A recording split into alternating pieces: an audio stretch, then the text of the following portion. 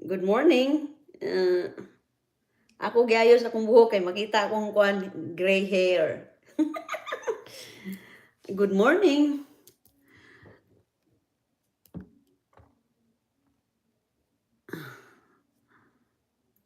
Good morning Pilipinas no. Maayong buntag sa inyong tanan diya sa Philippines. Today is the second day of my raffle draw. Hi son. Hi Hides. Mag-wait sa ta sa uban Hides kay mao pa pagsugod.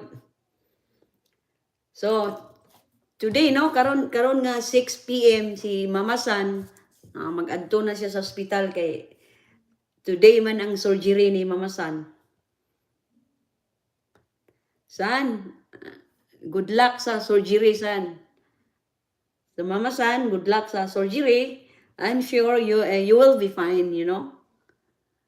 Ask Mama San Hides kung sa iyang about sa iyang surgery. Yeah, at 6 o'clock no. 6 o'clock Mama San no na mag-adto na si Mama San sa doktor kay schedule niya surgery today. Son, you're going to sleep na son no sa doctor's office and then tonight pa ang surgery son or mag-sleep pa lang ka sa doctor's office.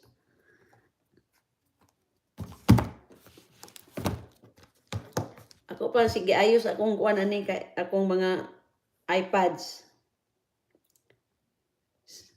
Oh, good morning to Evelyn Antiquin. I would like to announce no nga ang raffle yesterday wala pa na post ni Heidi. Wala ko kabalo kung kisay ni daog. So be patient no katong kuan kay wala pa na post ni Heidi ingon niya sa kuha karon. So wala ko kabalo kung when i-post ni Heidi. Wait lang, be patient friends, okay?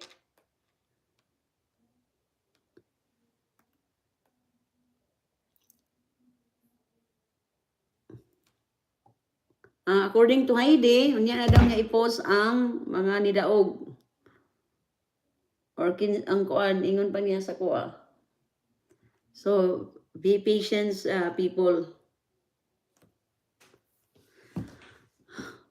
Good morning to Cecil Vedra.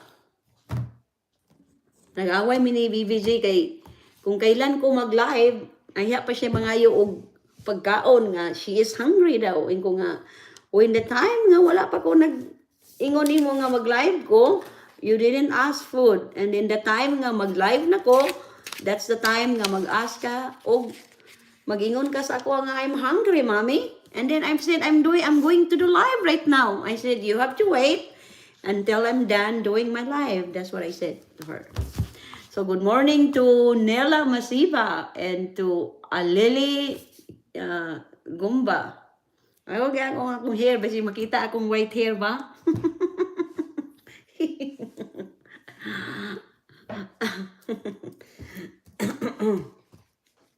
So how's everybody no? Kumusta kamong tanan diha sa Philippines? Maayong buntag sa inyong tanan. Hi to Lizelle Pabuala no and Arlene Vilandres. I hope nga maka-join sila no. And to Marites Grigno. Kung katong gusto nga mo join unta sa ato karon, I hope maka-join mo para maka you'll never know nga you will win the raffle, you know. And the raffle will start, it was started yesterday for 7 days no. When mahuman Heights? Monday or Tuesday mahuman ang raffles. For 7 days, you know.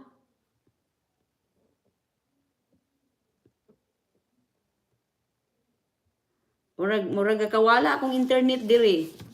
Hinay akong internet siguro sa daghan sa gipanggamit kay naka-turn on na sa akong TV dito nga na internet. Good morning to Kenji, no? How old is Kenji? Diba si Kenji, no? Anak ni Alili, di ba? How old is Kenji? Oh, November 11.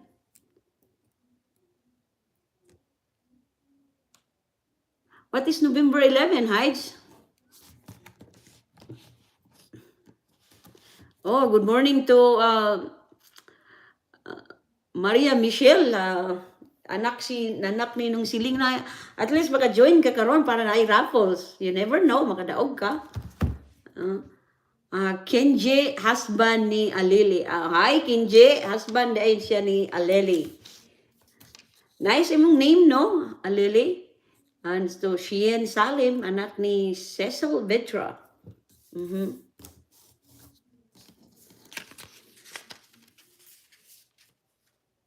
Krister Vidra.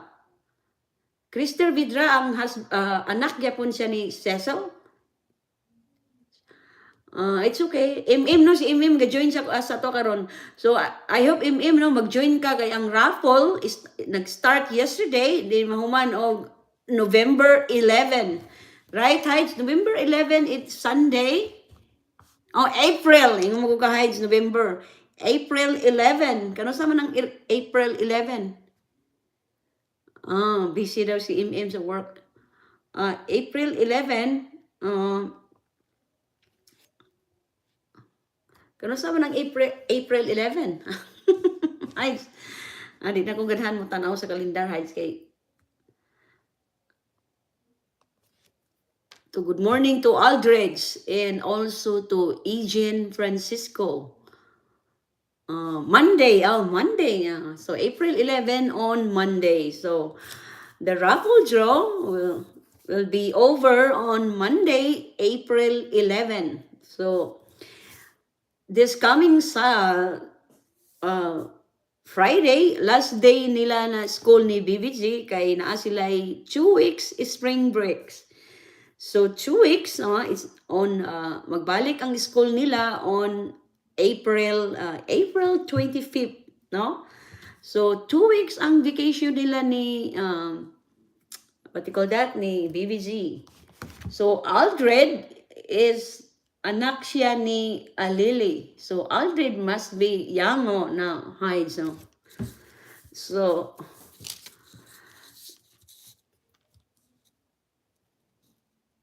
So hi to, say mo, tanaw man si Kuan, no? Si Edita. Hi Edita Kabasi. And to Early Tardy. And hi to you. Who else nga mo tanaw? Hi to Shano, no? Nagdala daw siya og laing. Kalimot ko unsa nang laing. Sige kung hunahuna unsa ganitong laing. Nagdala daw siya og laing from Bohol. Wala ko kakuan kung unsa nang laing. Same break here on start same break na ni BBJ on 9. This week, no, last school nila sa Friday sa April 8, then mabalik sila April 25. Balik ang ilang school. And katulgon kay ko karon. Daghan kay yung nahuna. Halata ba katulgon ko? Wala ko kapis. Warang mapiyong na akong eyes. Sorry. So 2 weeks said Hides on vacation. People here didn't celebrate Holy Week, no? Not like in the Philippines. We have Holy Week, but here no. Hi, good morning to Alma Masipa, ang mama ni Alphon.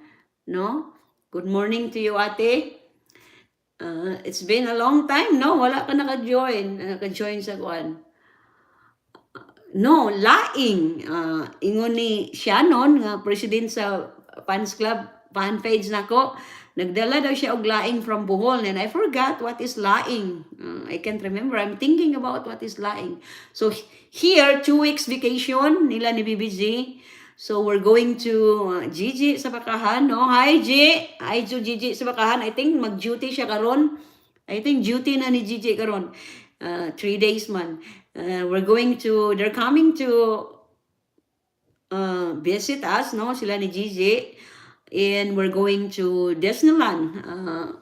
This coming spring break nila ni VVC, we're going to Disneyland. Then before that, kami sa Nidilia, maglakaw-lakaw sa Nidilia or somewhere, hadapit kay para malingaw-lingaw ang bata. No? Gabi din na ang laing. Sige ko gunahuna unsa gani ng laing, sige ko ginumdum ba. Wala di ko mo di gabi ang laing, di ba ang laing nga gabi burag gabutangan man siya bulat no. Bulat. Wala na ko kakaon na niya dugay na kaayo kay di man ko mukaon og isda. Especially kanang isda bitaw nga ay kanang bloody fish bitaw. Di allergy ko sa seafoods no, pero lami man gyapon ikaon di ba? No, kabalo mo dili ko mukaon og kinilaw sa una kay for many years no allergy ko, so wala gid ko nakakaon og isda for very long years na, pero after Bill no pass away nag-try ko og nag-eat ko og isda kanang salmon. Thanks God naman wala man ko siya, wala ko nag-eat siya, pero when I eat the kanang blood kanang bloody nga mga fish no, like kanang unsa na nga mga fish nga kanang na mga basta nga mga blood nga dali ra kanang duguonon nga isda dili ko kakaon kay mag kuan ko mag-itsi ko. Unsa na kanang kuan kanang bangos no, dili ko makakaon og bangos kay nagtry ko og eat bangos dire nangatol ko na entire kuan. Nag-live na ko Je. Nag-ingon Gigi karon nag-live na ba daw kuno ko, nag-live na kun sa dili ko ka-reply niya kay nag-text si Gigi sa kuha pero wala dili ko ka-reply kay nag-live na ko.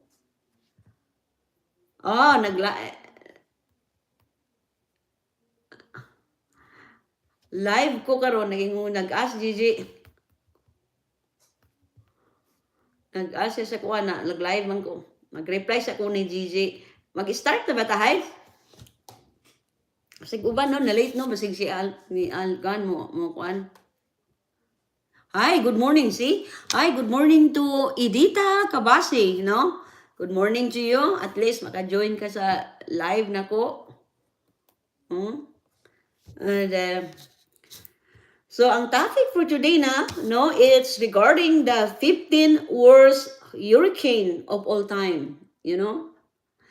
Hurricane, no? Kabalo mo, hurricane, we call that here in America, it's called hurricane. Ang tawag ana sa tuwa is typhoon, ang other words. Typhoon or bagyo.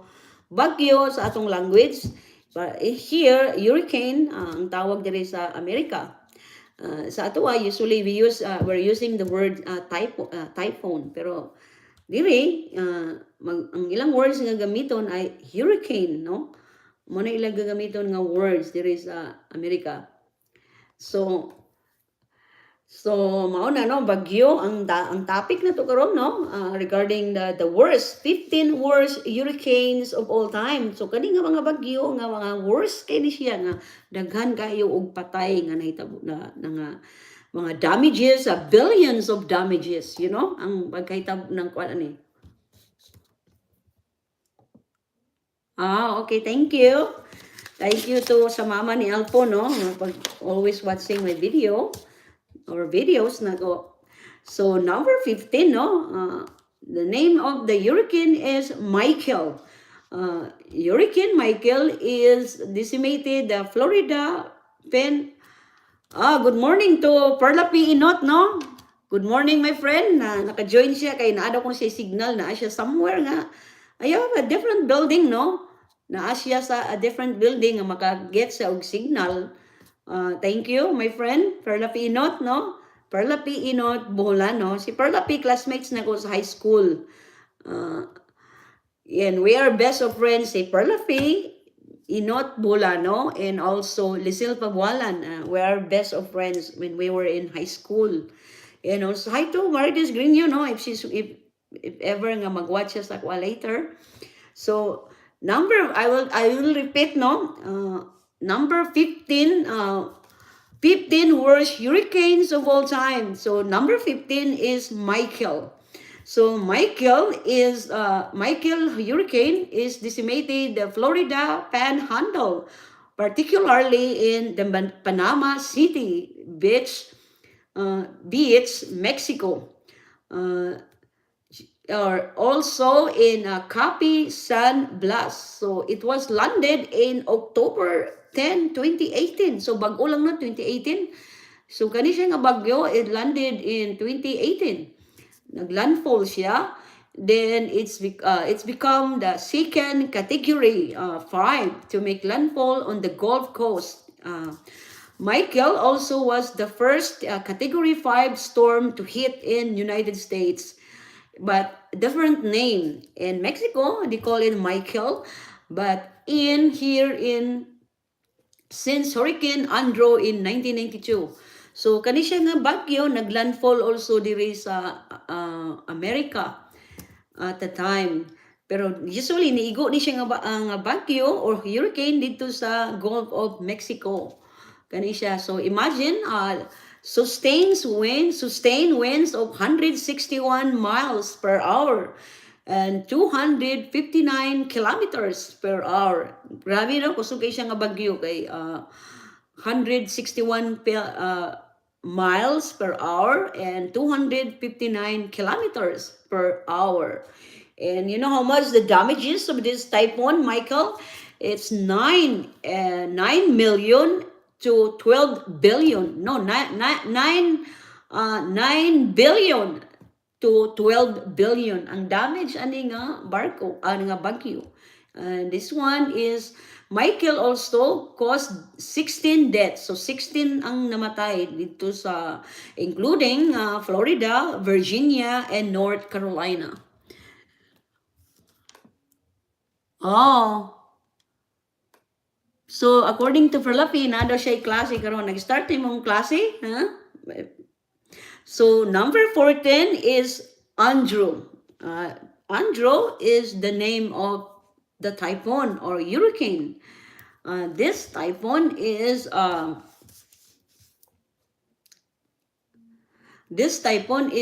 very powerful, category 5.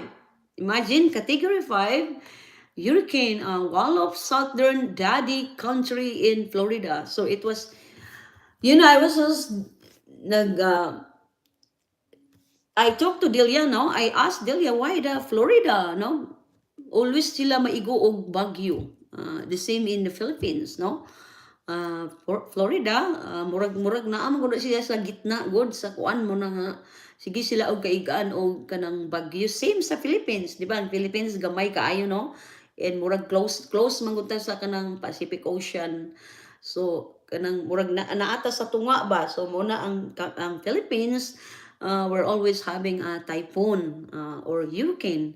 Pero at kanang hurricane sa sa diri sa Amerika kanang grabe na kay na siya nga bagyo. Pero sa kanang kung typhoon lang murag pag sa ato Philippines typhoon man tawag na usay murag para diri normal ra na sa ilang kanang kuan kanang kung tawag ina pero kung hurricane na gani meaning kanang grabe nagigay na siya nga bagyo ba kanang kusog na kayo. Hi Delia, good morning, good evening to you Delia. Delia is watching right now. So Delia, I changed my topic. It's regarding the 15 worst hurricanes of all time, So I'm talking now, Delia. Number 14 is Andrew. So this hurricane landfall in Daddy Country in Florida, also in Miami in August 1992, and also is also hit in the Bahamas, and sea winds whipping at more than 160 kilometers to 257 kilometers, and also and ang winds niya 141 miles per hour and 227 kilometers per hour. So, oh, really, Delia? That's Typhoon Andrew. It was 1992 in August, And you know how much the damages of this typhoon or hurricane is $27.3 billion in 2017 dollars, And hi, good morning to Edita Kabasi. Good morning to you. So this Andrew typhoon, as I said, in landfall hit in Florida and also in Caribbean, and also in Bahamas. And 61 deaths during this when it happens, that this typhoon. And also and the storm, more than 125,000 homes and 160,000 people were left homeless. So 125,000 homes and 160,000 people were left homeless. So meaning there's 160 people become homeless because of this typhoon or hurricane Andrew. So that was number 14. So number 13 is Dorian. Dorian is the, I'll show to you, no, nakalimot kong picture, no, ng moni ang katong number 15 is Michael. Okay? So, tanawa na ang damage sa Michael nga bagyo. Pero ang isa, wala gi katong Andrew, wala gi showing, pero ang Dorian, grabe ang damages, no? Kita ninyo ang mga damage, no, nawala ang mga houses. Okay, grabe katusog kayo ang bagyo. So Dorian, this is number 13. You had to listen, okay? So Hurricane Dorian was the first major hurricane of the 2019 Atlantic hurricane season. It's formed on August 24 from a tropical wave in the central Atlantic and gradually strengthened as it moved toward the lesser Antilles when it became hurricane on August 28. So the storm rapidly intensified, quickly become category 4 hurricane. So we call that in the Philippines, Delia, it's signal number 4. So by September 1, so nag-change siya, Dorian reached category 5. So nahibo siyang number 5, signal number 5. My God, kung if Delia, if that signal number 4 or number 5, that was really, really bad, that hurricane in the Philippines. Imagine if signal number 3 in the Philippines, it was really, really very what you call that? Kusog na kayo na nga bagyo kanang signal number 3 sa Philippines. Maybe very, signal number 3 Delia. That's very, very katuwa. Kusog ka na kayo na. Kaya ang number 2 gani, no? Kusog na gani na kayo. How much more nga become number 5, di ba? So, yeah. So, this one is signal, we call in the Philippines, signal number 5. But here in America, it's category 5 intensity and was packing sustained winds of 185 miles per hour, take note, and 297 kilometers per hour, and barreling straight for the Bahamas. So did you notice the Bahamas is always hitting by typhoons or hurricanes, So this Dorian, it made landfall as category 5 storm at Alvo K Great Abaco in the Bahamas. And second, landfall hour later on the Grand Bahamas Island. So it was something, the Bahamas, sige sila kaigan og typhoon or hurricane sa Bahamas, Same as in the Philippines also. So that was number 13. So number 12 is Harvey. So Harvey, so see, ang Harvey, makita na yung sa picture, no? Puro na lang ang roof ang imong makita. Natabunan na, halos na sila matabunan o kanang baha, or grabe nga typhoon kay natabunan na gyud, halos na matabunan ang roof tungod sa baha nga kusog kaayo. So this one is also traveling through Gulf of Mexico. I've been to Mexico many times. So Delia came from Mexico. And right, Delia? But Delia grew up in United States. So this one, a while ago we're talking, that typhoon also, Michael, is also in Mexico, Yeah, and this one also is traveling through Gulf of Mexico in late 2017. So it's just new, no? Hurricane Harvey arrived in the United States as category 4 storm. So signal number 4, we call that in the Philippines. And then at the time, my God, Ilya, my surgery, it hurts. It hurts because I was sitting here, no? My surgery is in my butt area, so it hurts. Oh my, Delia, I was sitting very long here, Delia, and it hurts. It's too painful right now. Oh my gosh. Yeah, I don't have a poem, so that's why. So this, I'm sorry, I interrupted, no, but I'm in pain a little bit. That's why. So this typhoon or Hurricane Harvey in August 2017, also in category 4 storm, no, number 4 siya diri sa United States, and then the winds of 130 miles hour, 215 kilometers per hour.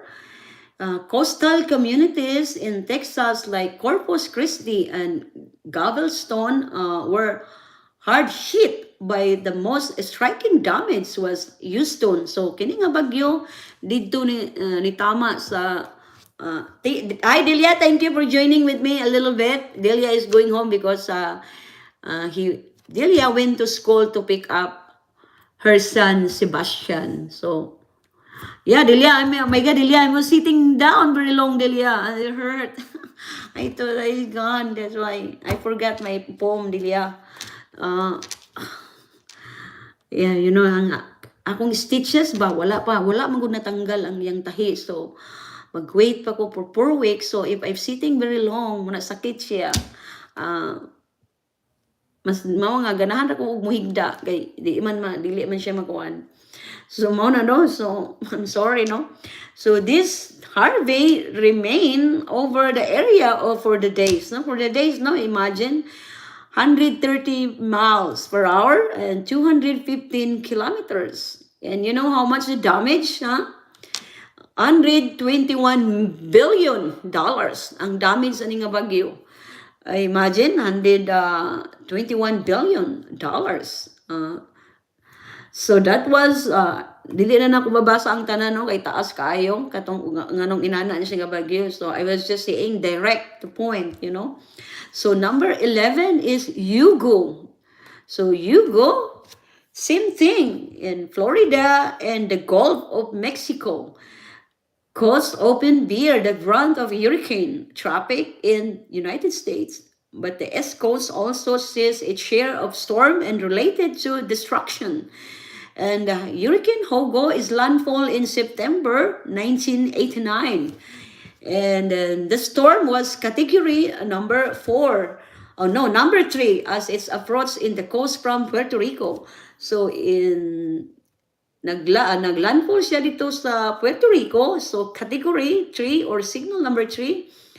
And then we sustain wind clocking at 35 miles per hour and 217 kilometers per hour. And then, but the Hugo, nahimo siyang og category number 4 or signal number 4. It was landfall at Sullivan's Island in South Carolina. And it said moving fast at nearly 30 miles per hour and 48 kilometers per hour. And you know how much the damages of this typhoon or hurricane is 10 billion damages, and according to the World Meteorological Organization. So number 1 question is, what is the name of hurricane reached category number 5 intensity and was packing sustained winds of 185 miles per hour? If you remember that, what the name of hurricane reached category number 5 intensity and was packing sustained winds of 185 miles per hour. Uh,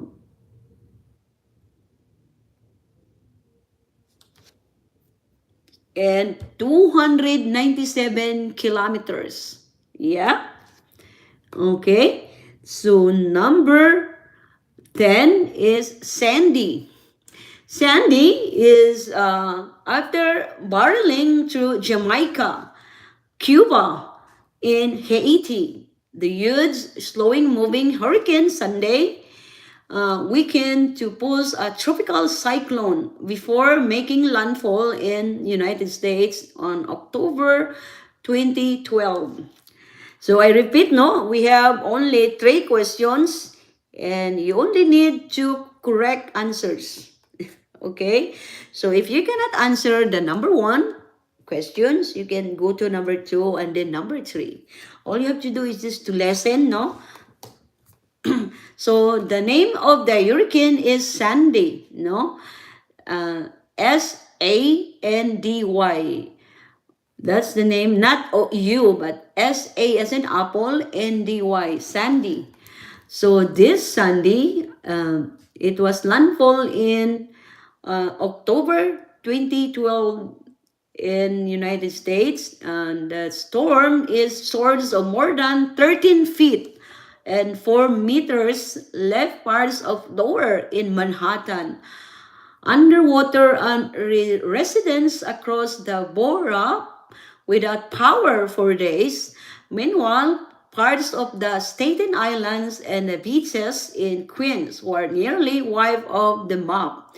So this typhoon is the damage about this Sandy destroyed or damaged about 650,000 homes in the Northeast United States and killed 117 people in US alone. So this one, you know how much the damage in this hurricane is $65 billion. My God, that's a lot of, imagine $65 billion damages of this Sandy typhoon, and 650,000 become homeless because of this typhoon. So number 9 is Ivan, you know. Ivan is Hurricane Ivan. The spelling is I-V-A-N. A as in apple, okay? V as in vanilla, Ivan. And Hurricane Ivan hit Gulf Shores, Alabama on September 16, 2004 as category number 3. But it still remains one of the country's most destructive. The storm devastated the coastlines of Mississippi, Alabama, and Florida Panhandle. It, produced waves more than 50 feet and 45 meters high. So, my God, ang katason sa waves or ang katason sa kanang sabay waves sa atong language. Kanang sa dagat gani waves, no? Kabalo mo sa waves, di ba? Pero sa ato ang language, nakalimot ko.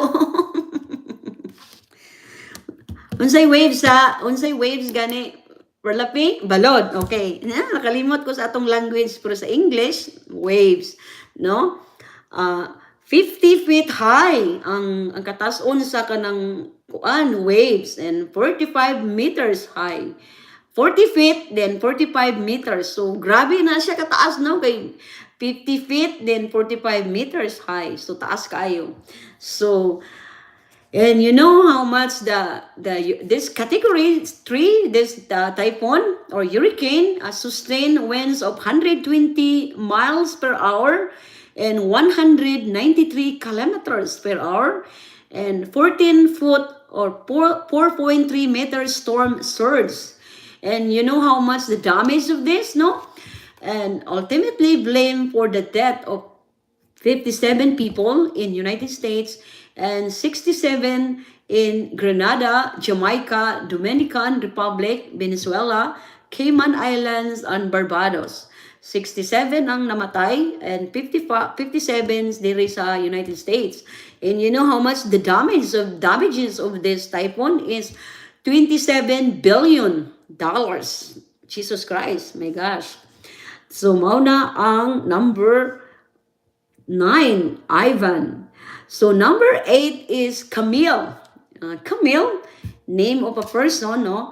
Hurricane Camille hit in August 1969. Wala pa ko na born na 1969 because I was born in 1971. Right, my friend, Perlapi? Me and Perlapi, the same now. We're born in 1971, my friend.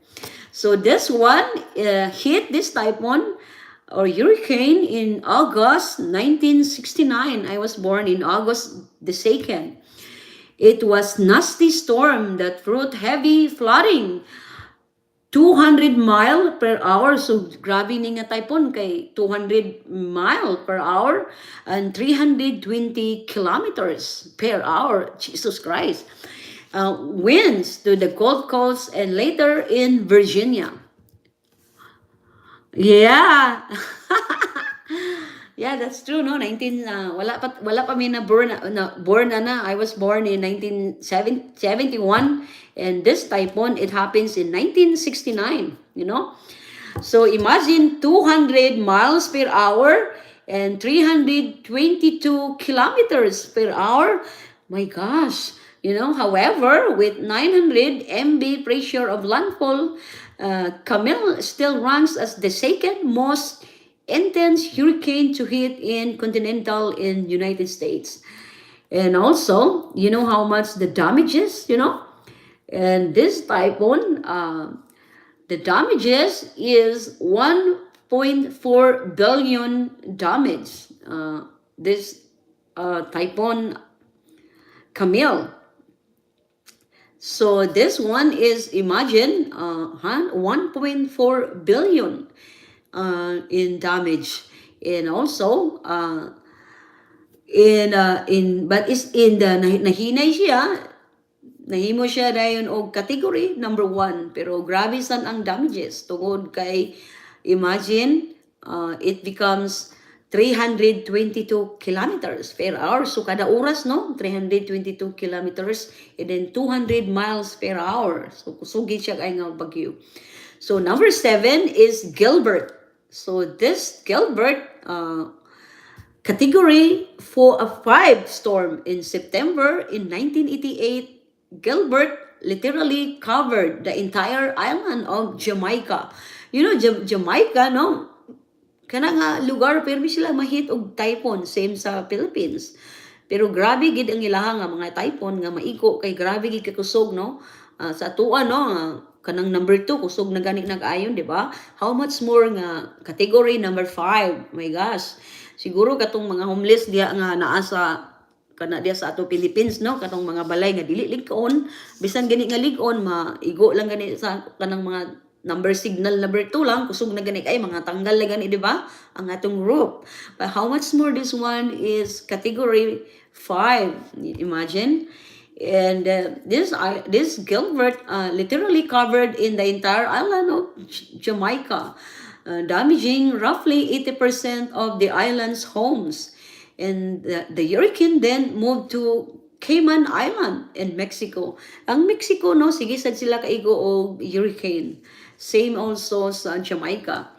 And you know how much the storm caused is 318 deaths, including 200 people killed in flooding in Mexico and 28 who died when in a Cuban freight ship was thrown into a stream boat. So naay kanang boat nga nalunod. And then you know how much the damage is, $5.5 billion ang damage ani nga typhoon, you know. So number 6 is so number 2 questions is, I will question later, no? So number 6, 1935 Florida case Labor Day hurricane. That's kayong name, you know?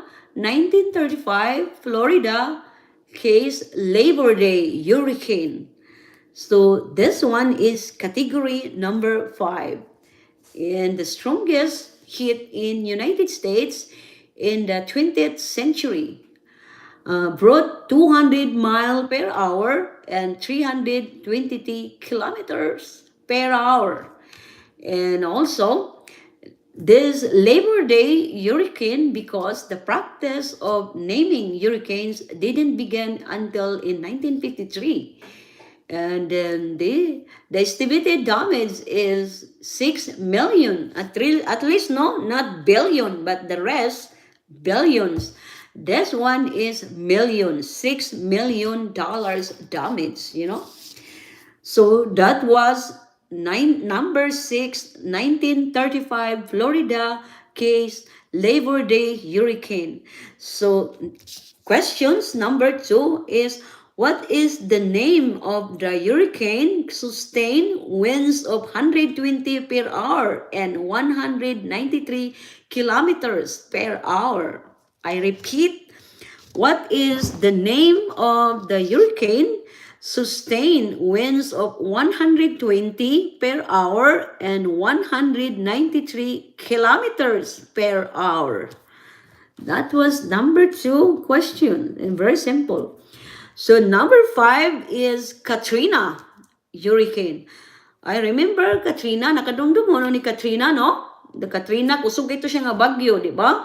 The Katrina Hurricane is often referred to as man-made rather than a natural disaster by those who fault infrastructure problems of the decimation caused by the storm that ravaged New Orleans and the other parts of the Gulf Coast. So in Katrina, in August 26, 2005, looked like a hurricane that was fizzling out, but it began rapidly strengthening to category number 5. And also, Category 5 levels over warm water in the Gulf of Mexico. Mexico, no? Sige sila kaiguan og kuan. And also, this Katrina na hit ni dito sa New Orleans. Nakadumdum guani.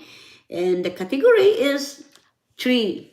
And hurricane reached the city water top over its system of levees, causing them to break on the street of flood in New Orleans. We're supposed to go to New Orleans, but it didn't happen.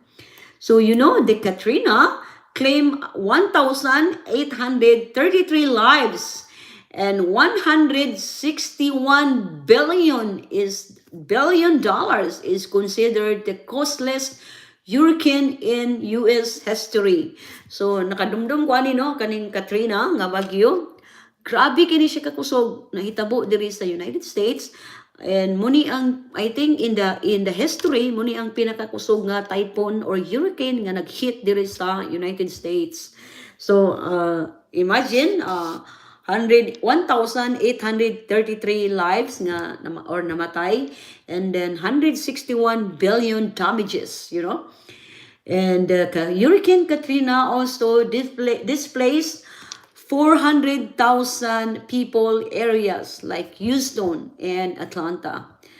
And many never returned. So ang uban, wala na nibalik dito sa ilang mga houses. Kaya nawala man tungod kay naigo ani nga Katrina nga typhoon.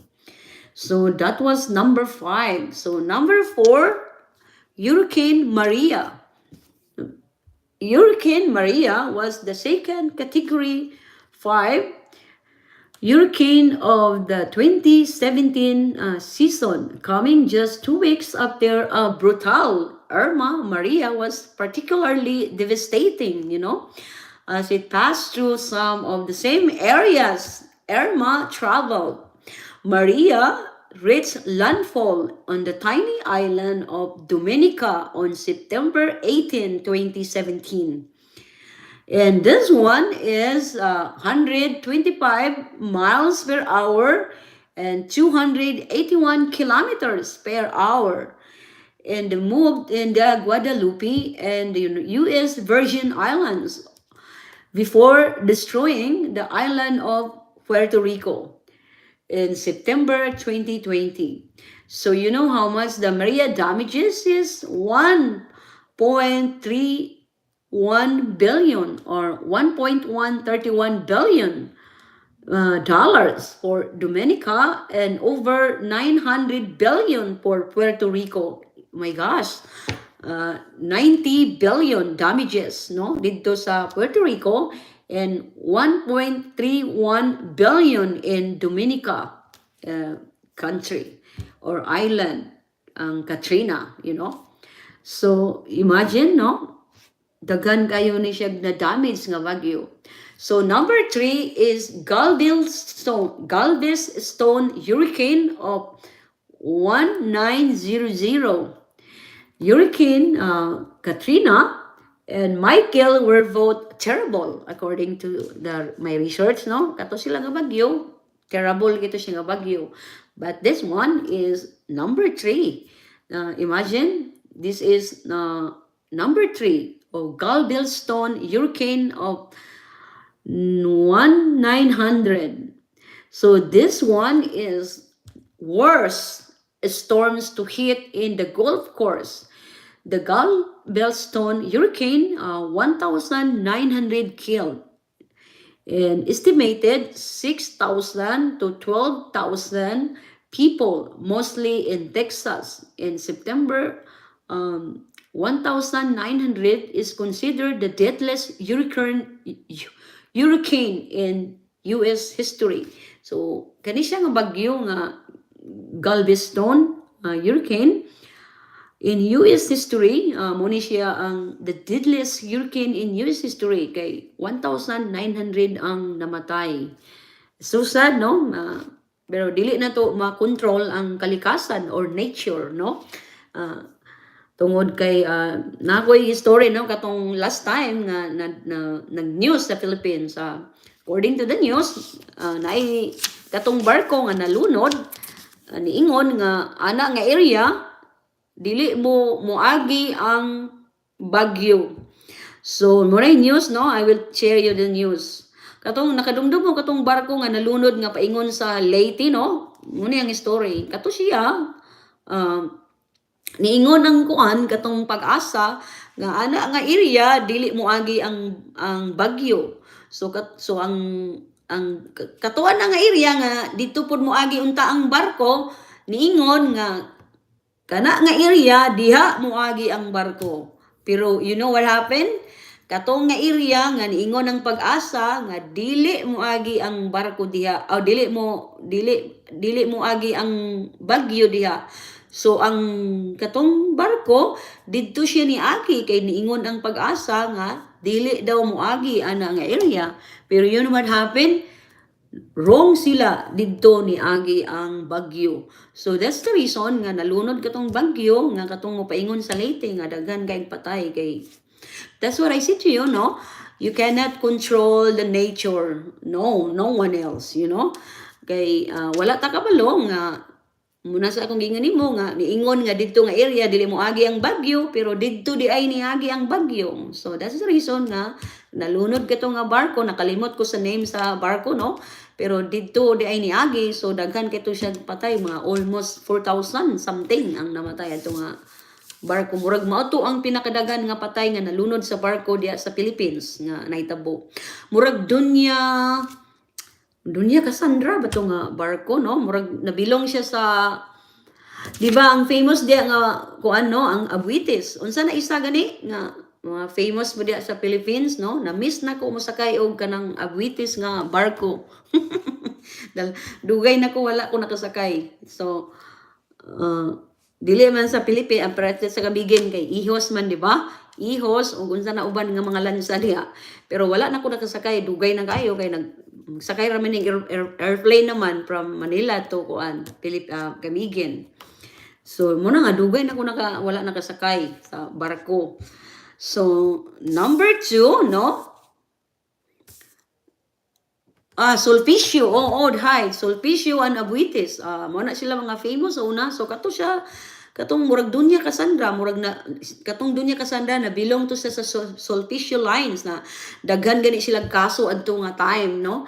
Pero unsaon man nga ang bagyo didto man ni agi nga instead unta nga didto sila moagi ato nga area nga didto unta sila kay niingon didto nga ang kato nga bagyo moagi nga ana nga dapit pero wrong man di ay didto man siya niagi sa katong giingon nga ang bagyo dili moagi. So that's the reason nga daghan kay siya patay ito kato siya. So number 2 is Mitch. Muna ngalan sa bagyo, no? Hurricane Mitch might not have received as much as attention as the other storms in United States, but the death and devastation this hurricane caused exceeded some of history's better known storm. The slow-moving hurricane seemingly paused once it reached Honduras in 1998, dumping up to 4 inches to 10 centimeters of rain an hour for 2 days. Imagine 2 days ang rain, my gosh. Causing mudslides and deadly flooding along the way. And imagine 11,000 people dead and thousands more missing. Mitch is the second deadliest hurricane on record in the worst hit in the Western Hemisphere more than 200 years. The storm caused more than 5 billion damage in Honduras and also 2,000 people in one mudslide. Mud, ganino mudslide. Kabalo mo say mud, no? Kanang pita ba? Pita. Mud man ang English, ana. So, nag-slide o pita. So, 2,000 ka namatay aning bagyo. And 5 billion damage and 11,000 people dead. So daghan kay siya patay, no? Kay 11 mo na siya nga number 2 siya the deadliest hurricane or the worst hurricane of all time. So the number 1, the most worst hurricane is the Great Hurricane of 1780. The United States, we know it was just a glimpse in George Washington's eye when the Great Hurricane 1780 blasted its way through the Caribbean, killing approximately, my God, you know how much is dead? 22,000 people dead. So that's the reason this is a number 1 or the worst hurricane in the history, in the world or of all time. Among the dead were British and American soldiers who had been skirmishing in warship, scattered throughout the region as part of the Revolutionary War. So this one is 200 miles per hour and 320 kilometers per hour. The massive storm is considered the deadliest hurricane of all time. So kani siya nga bagyo pinaka daghan kay og patay. So last question is, what is the name of the hurricane with approximately 11,000 people dead and thousands are missing? So, questions, I repeat, what is the name of hurricane with approximately 11,000 people dead and thousands are missing?